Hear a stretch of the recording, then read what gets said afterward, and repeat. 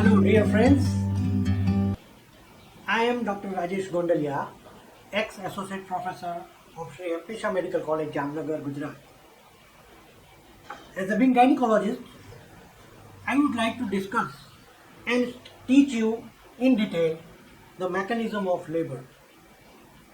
In gynecology, specifically for undergraduate students, the mechanism of labor is a very complex subject. In these three parts of my lecture, we will discuss the maternal pelvis, fetus and fetal head, and the forces of labor, and how the fetus is engaged, and complete mechanism of labor in detail. This topic will be very useful specifically for the final MBBS students. So we will start with first part, normal labor. In layman terminology, people think that once the baby is delivered vaginally, it is normal labor. But in our medical terminology, it is a complex process. The normal labor, definition wise, the presentation should be cephalic. See in this picture, fetus should present by vertex. Cephalic presentation, presenting part should be vertex. Presenting part should be vertex. The labor should start spontaneously. It should not be given any medication to start the labor. It should start spontaneously. At term, before 37 weeks, it is preterm, and after 40 weeks, it is overdue. So, labor should start spontaneously at term and terminate naturally. That is also very important. Without artificial aid, means without any vacuum extraction or forceps delivery or any other aid, and without complication. Once the labor finishes, there should not be any complication. If all these things are there, then it is a normal labor. Now, onset of labor. How do we know that there is an onset of labor? First is a painful uterine contraction. In second and third trimester, usually there is Braxton Hicks contractions. They are mild, very infrequent, and usually subsides with movement of the mother, walking, sleeping, or changing of posture. But once there is a term size pregnancy and there is onset of labor, there is painful uterine contraction. The frequency of uterine contractions increases. The intensity is also increased, and the duration of the contraction, that is increased. Braxton Hicks contractions remains only for few seconds or 1 minute, but labor contractions stay for more than that time. So, painful uterine contraction. Second is show. Show means, now see in this A figure, there is cephalic presentation, presenting part is vertex, and this is a cervix. Above it is amniotic membrane, and above it there is fetal head. Now in figure B, the patient is in labor. So this cervix, the glands of the cervix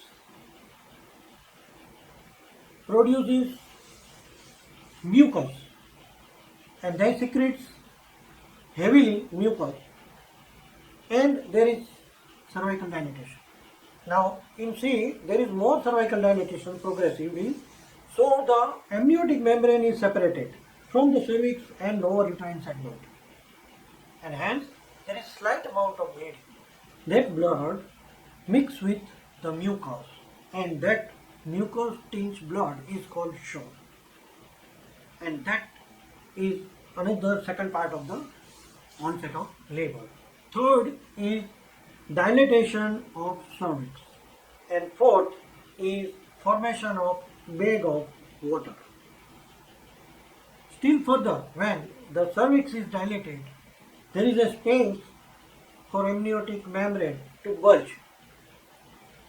Now this amniotic membrane bulges and there is amniotic fluid inside, so it will look like a bag of water. So formation of bag of water. This is onset of labor. Now stages of labor. For our convenience, we have divided the whole process of labor in 4 stages for the diagnosis, management of labor. First stage. Now first stage of labor is the dilatation of cervix. So first stage is dilatation of cervix. Cervix is usually closed and at onset of labor it starts dilating from 1 centimeter to 10 centimeter. That is called fully dilated cervix.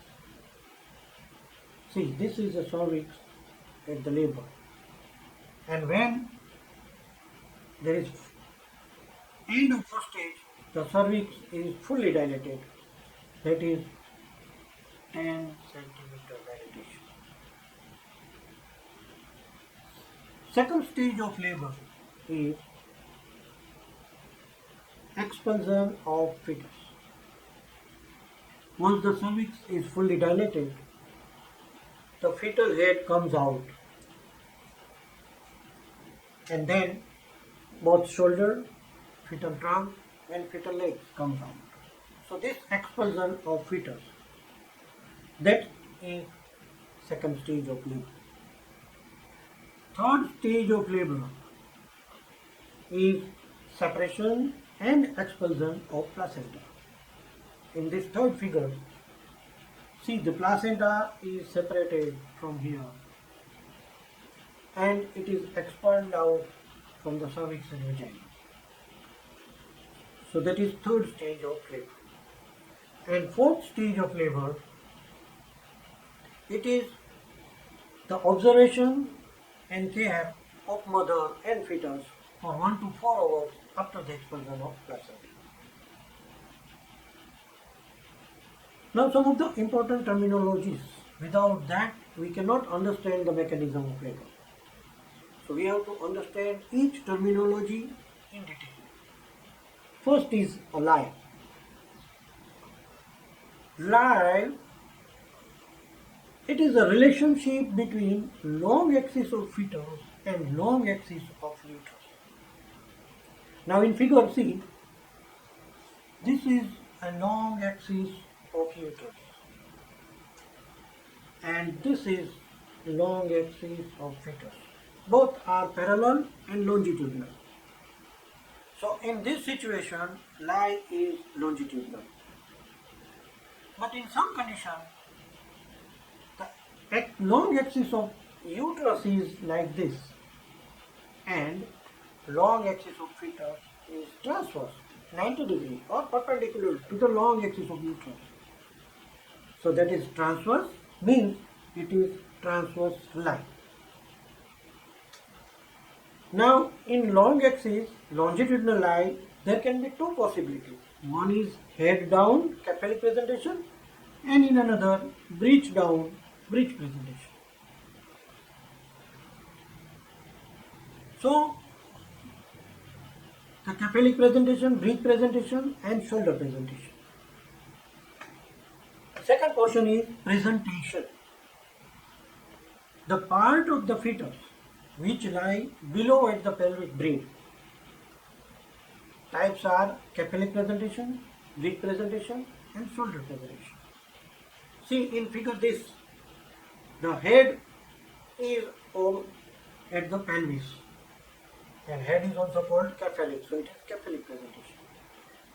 In this figure, the breech of the fetus, buttock of the fetus is downward, so that is called breech presentation. And in this figure, one of the shoulder is below the pelvic brim, so it is called shoulder presentation.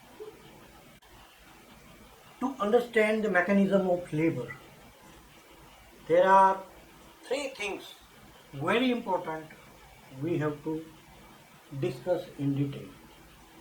One is maternal pelvis or maternal passage. Second is passenger, that is fetus. And third is forces of labor. These all three combine and complete the mechanism of labor. Maternal pelvis we will discuss in detail in coming slides, all the parts and diameters. Then we will discuss the fetus, the size of the fetus, position of the fetus and behavior of the fetus inside the womb. And third, important also, is the forces of labor. Now, important terminology is presenting part. The part of the presentation which enters pelvic brim first and which can be palpated by vaginal examination. In cephalic presentation, the head part, vertex of the head, enters the pelvic brim first. And we can palpate it by vaginal examination. By vaginal examination, we can palpate that part. So that is a presenting part. Now another important terminology is the denominator. Understand clearly, it is very important. Denominator. It is a fixed bony part of the presenting part which indicate position of the fetus in relation to pelvic brim. Internationally, it has been decided that in vertex presentation, occiput is a denominator. So in vertex presentation, by knowing where the occiput is, we can know the whole position of the fetus and judge how labor will progress. In breech presentation, the denominator is sacrum. In shoulder presentation, the denominator is acromion. In face presentation, chin is a denominator. And in brow presentation, brow is the denominator. But in a normal mechanism of labor, we will more discuss of vertex presentation and occiput as a denominator. Now in this figure see, lie is a longitudinal, head is down, vertex is presentation and occiput is a denominator. Now in this figure, occiput is here. When the fetus engages the pelvic brim, the occiput is here. Means occiput is here. This is left side of the mother,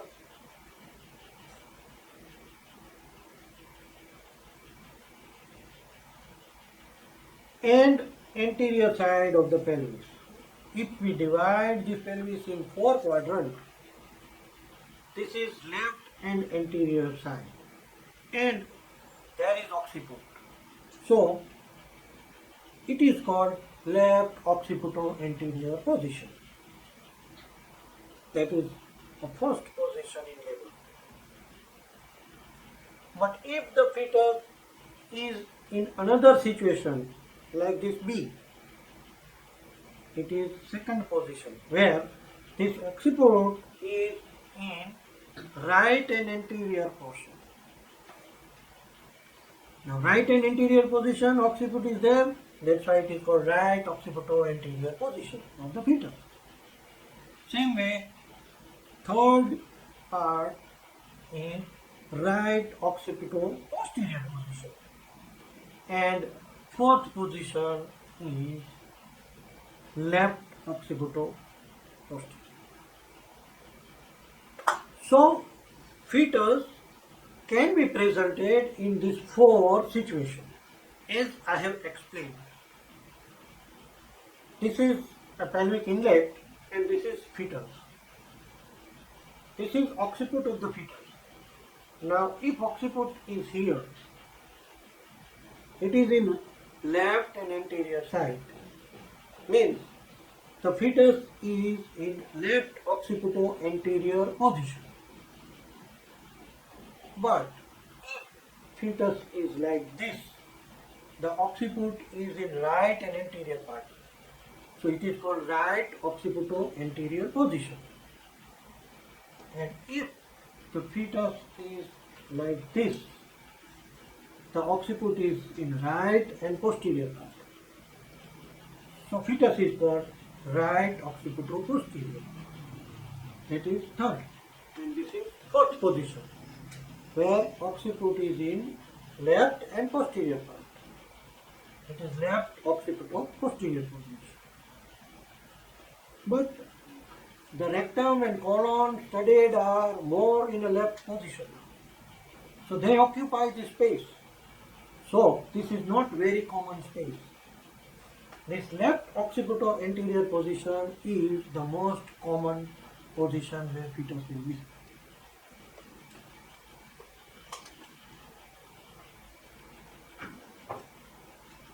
Now we'll see the maternal pelvis. See, this maternal pelvis is made up of ileum,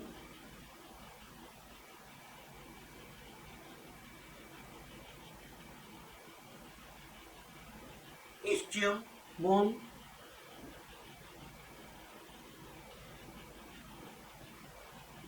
and pubis, with sacrum and coccyx below the sacrum.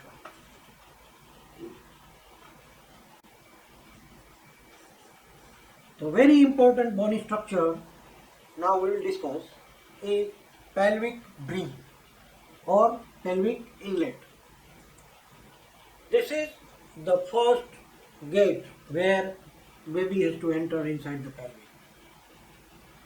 Now it is a bony ring made up of pubic symphysis,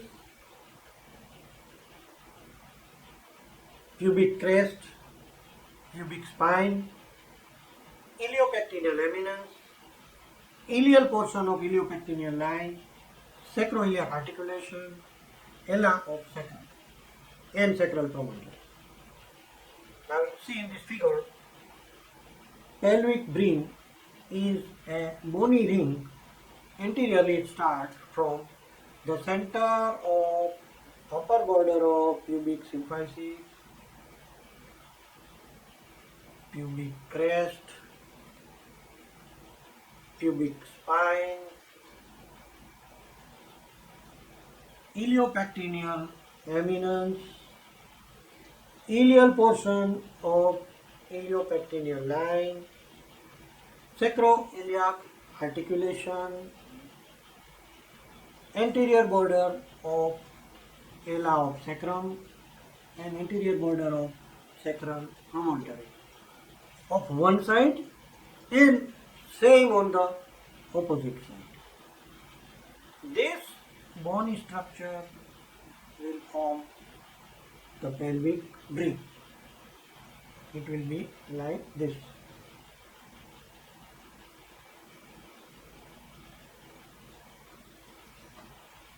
In male and female,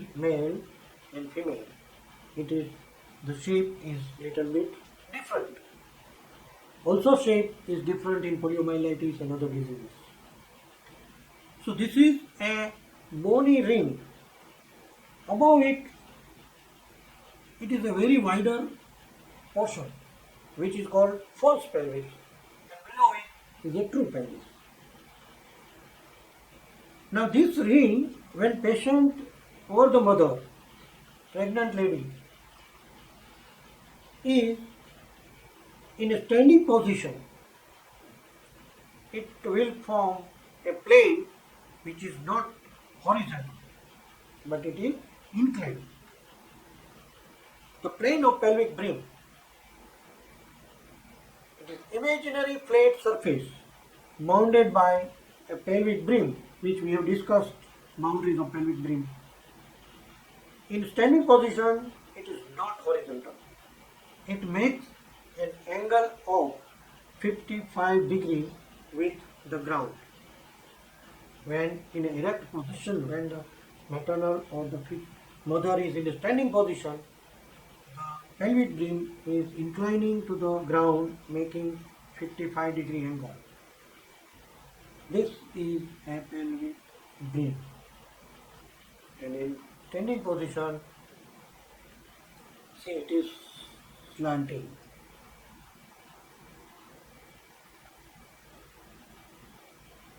And this angle of 55 degrees is very important. It is called angle of inclination. Why it is important? Because due to this angle, the axis of pelvic brim is in a slanting position. Now, this is a pelvic brim or inlet. Axis of inlet means the perpendicular line passing through the center of the pelvic brim, and it is perpendicular to the plane. So downward, that axis will reach to the coccyx, and above it will reach to the umbilicus. Why it is important? Because baby has to pass or baby has to enter the pelvis in this direction, in the direction of pelvic axis of brim. So baby has to pass or enter the pelvis in this direction. That is why the angle of inclination, axis of inlet is important.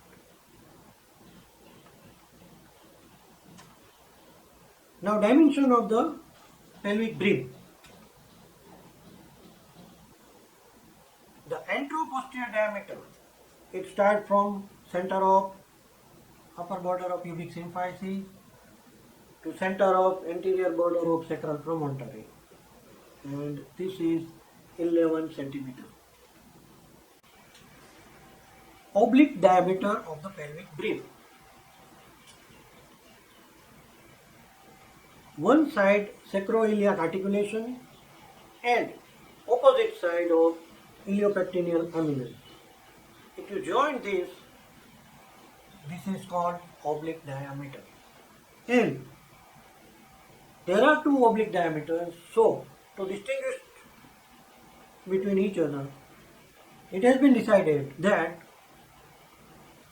mother's right sacroiliac articulation will be called right oblique diameter, and maternal left iliac articulation, oblique diameter which includes left sacroiliac articulation, will be called left oblique diameter.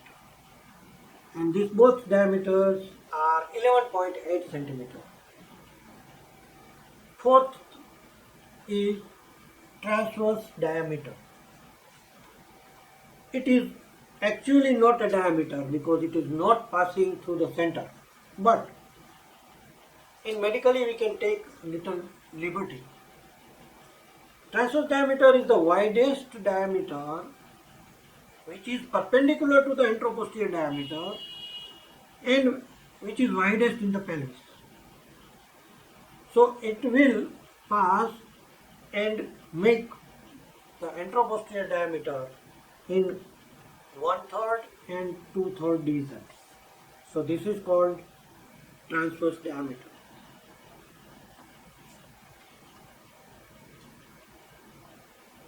Again, this is pelvic inlet, this is pelvic outlet and axis.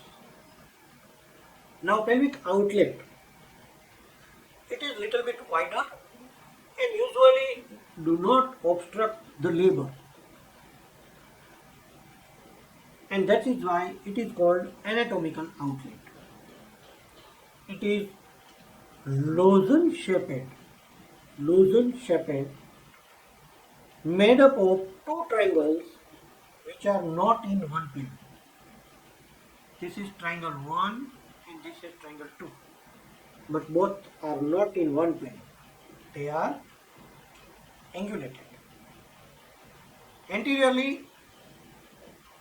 lower border of pubic symphysis, laterally two ischial spine and posteriorly tip of coccyx. This bounds the pelvic outlet. Now, to understand the anatomical outlet, see, this is a pelvis. If I turn it like this, the anatomical outlet is one triangle, lower border of pubic symphysis and two ischial tuberosity. This is one triangle. And another triangle is like this. One tip is tip of the coccyx and two ischial tuberosity. This is anatomical outlet and having two triangles, not in one plane. Okay.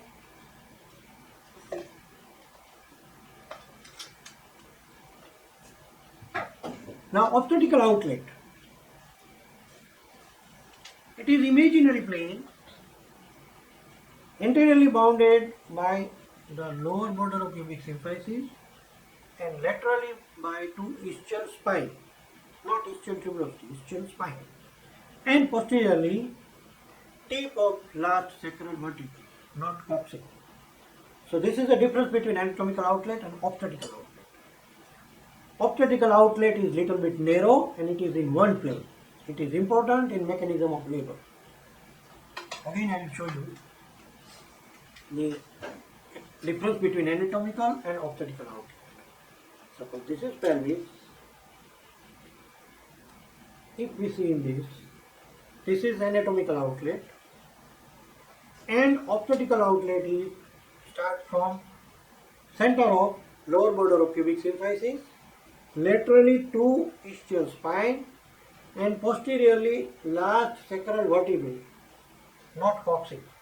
So this is one place. This is in one place. So now after knowing pelvic brim, anatomical pelvic outlet and obstetrical pelvic outlet, we can discuss that pelvic cavity, it is a curved canal bounded by pelvic inlet and obstetrical outlet. This is pelvic brim, this is obstetrical outlet. So this is a pelvic canal. In between there is mid-pelvic plane, anteriorly bounded by pubic symphysis and posteriorly by second and third sacral vertebrae. So this pelvic cavity is important because in mechanism of labor, fetus has to enter in this direction Then it has to move in this direction, and at the time of delivery it has to come in this direction. If we join all the axes of inlet, mid-pelvic plane and outlet, it will form one curve, and that is called curve of Caras. Now pelvic floor, that also take a very important part in mechanism of labor. It is the soft part which fill in the pelvic outlet, pelvic fascia, levator ani muscle, coccygeal muscle, etc. And this pelvic floor having direction forward, downward and inward. That is very important. So the pelvic floor is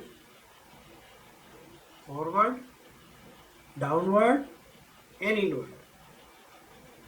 Now this gutter shape of the pelvic floor is important for rotation of the head of the fetus. That we will discuss when the actual mechanism will take place. So you just remember that pelvic floor is like a gutter having downward, forward and inward. Okay. Now this is the end of the part 1. Thank you so much for having all these patients to understand this difficult part. Second will be the fetus part, and third will be the actual mechanism of labor. So if you like this video, please like it and share to your undergraduate friends so that they also can get advantage in understanding the mechanism of labor. Thank you.